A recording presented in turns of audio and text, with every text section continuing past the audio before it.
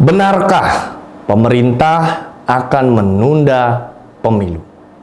Atau benarkah pemerintah bersama DPR akan bermufakat untuk memperpanjang masa jabatan presiden menjadi 3 periode? Statement yang pertama soal beredarnya isu bahwa pemerintah akan menunda pemilu. Statement ini sudah dipatahkan oleh keluarnya keputusan bersama antara DPR dan KPU yang sudah sah menyatakan bahwa Indonesia akan kembali menggelar pemilu pada 14 Februari 2024. Keputusan tersebut juga sudah disetujui oleh pihak eksekutif. Dalam hal ini Mendagri Pak Tito Karnavian. Berarti udah jelas ya bahwa isu yang pertama ini nggak benar alias hoax. Berikutnya mengenai wacana masa jabatan presiden 3 periode. Nah, yang ini nih perlu diamati baik-baik. Karena lumayan menarik nih isunya. Menyikapi adanya isu ini, sejak pertama kali berhembus ke publik, secara pribadi gue nggak terlalu heboh untuk menanggapinya. Kenapa? Karena yang pertama, sudah jelas Presiden Jokowi menolak tawaran tersebut. Lagian videonya juga udah beredar kok. Ini ya, sejak awal sudah saya sampaikan. Kan saya sampaikan bahwa saya ini produk dari pemilihan langsung.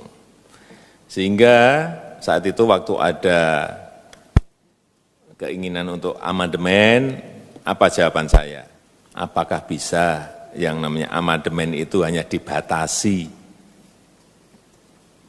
untuk urusan haluan negara?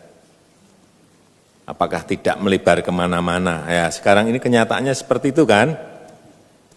Ada yang lari ke presiden dipilih oleh MPR, ada yang lari presiden 3 periode, ada yang lari presiden 1 kali tapi 8 tahun, kan kemana-mana seperti yang saya sampaikan. Jadi lebih baik tidak usah amandemen.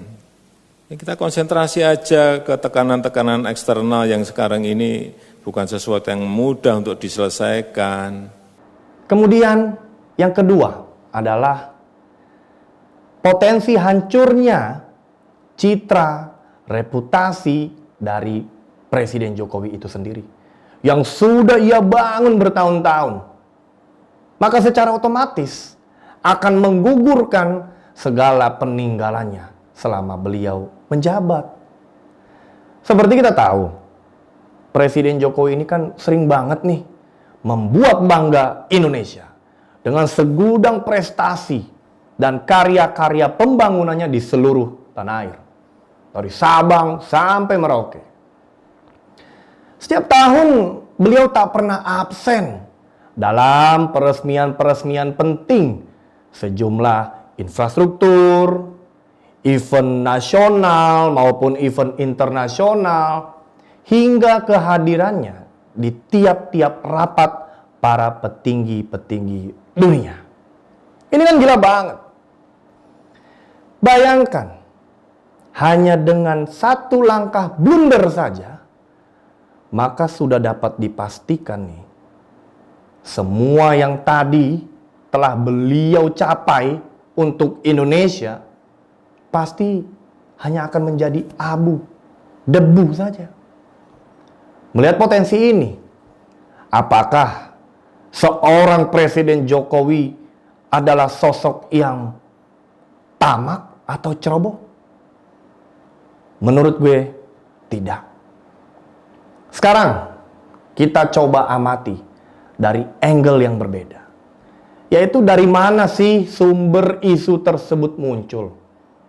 Seperti kita ketahui ya, jika bicara konstitusi, maka yang harus merancang hingga ketok palu agar sebuah keputusan tersebut menjadi undang-undang yang sah adalah melalui lembaga tinggi negara, yaitu MPR RI. Nah, sekarang kita mundur ke belakang dulu. Siapa sih orang yang diduga pertama kali menyebar isu tersebut hingga publik semakin resah di kemudian hari? Adakah para politisi yang duduk di kursi MPR RI saat ini yang mengusulkan adanya perpanjangan masa jabatan presiden 3 periode? Kalaupun ada, sudah sejauh mana usulan tersebut? Apakah semua anggota MPR meresponnya? Dan apa saja responnya? Lebih dominan pro atau kontra? Jikapun demikian, apakah usulan tersebut sudah mendapat restu dari partai politiknya masing-masing? Karena nyatanya akhir-akhir ini yang kita dengar dari isu yang berbeda, justru usulan ini muncul dari pihak yang diduga duduk di eksekutif nih. Setelah mengetahui ini, gue langsung berpikir, apakah ini cuman tes ombak? Tapi setelah dites ombak, yang muncul kok tsunami. Oke, balik lagi ya. Jadi maksud gue adalah, dapat dikatakan mustahil jika ada seseorang yang nggak punya power, nggak punya pengaruh di parlemen, dan tentunya nggak punya duit triliunan ya, untuk bisa mengusulkan perubahan tersebut sampai gol. Loh, ya dong, kan balik lagi. Rumusan undang-undang itu hanya bisa diubah dan ditetapkan di wilayah legislatif, bukan eksekutif. Sekarang yang jadi pertanyaan, emang dia sehebat apa sih orang yang menyebarkan isu ini? Apa dia bisa mempengaruhi 9 fraksi dari 9 partai berbeda? Dan apa dia bisa menginfluence sebanyak 349 anggota Dewan Koalisi Indonesia Kerja, pimpinan PDIP? Belum lagi, dia harus bersilat lidah melawan 226 anggota Dewan Koalisi Indonesia Adil Makmur, pimpinan Partai Gerindra. So, di mana letak kemungkinannya kalau orang yang diduga menyebar isu tersebut bukanlah dari ranah legislatif itu sendiri? Tapi ya memang gue akui sih ya, ini masih debatable. But menurut gue, dari angle ini rasanya sulit jika isu tersebut dimainkan dengan metode one man show. Ya, gitulah. Oke. Next. Jika kita lihat dari sudut pandang survei ya, yang telah diadakan oleh beberapa lembaga survei yang kredibel, ada diantaranya SMRC, Carta Politika, Survei Indikator, IPO, dan lain-lain. Berdasarkan hasil survei yang sudah mereka jalankan, rata-rata 60% responden menolak wacana presiden 3 periode.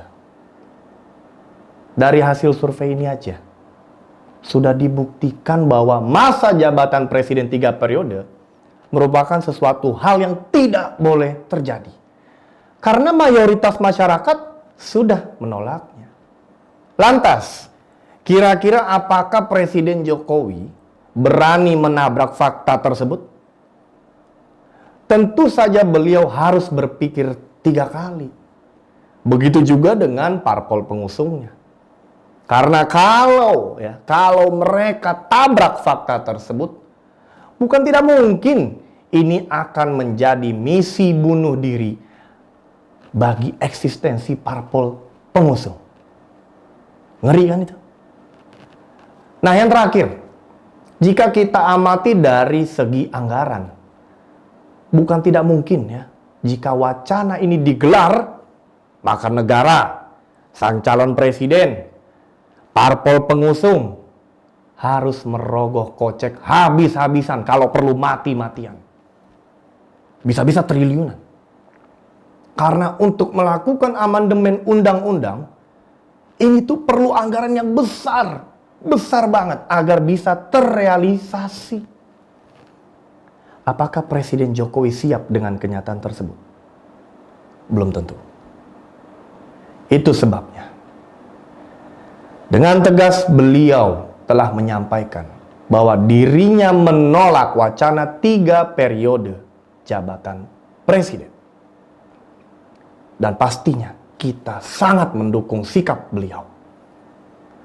Jadi kalau bicara politik ya, dulu Robert F. Kennedy pernah berkata, pemilu mengingatkan kita tidak hanya tentang hak, tetapi tanggung jawab kewarganegaraan dalam demokrasi.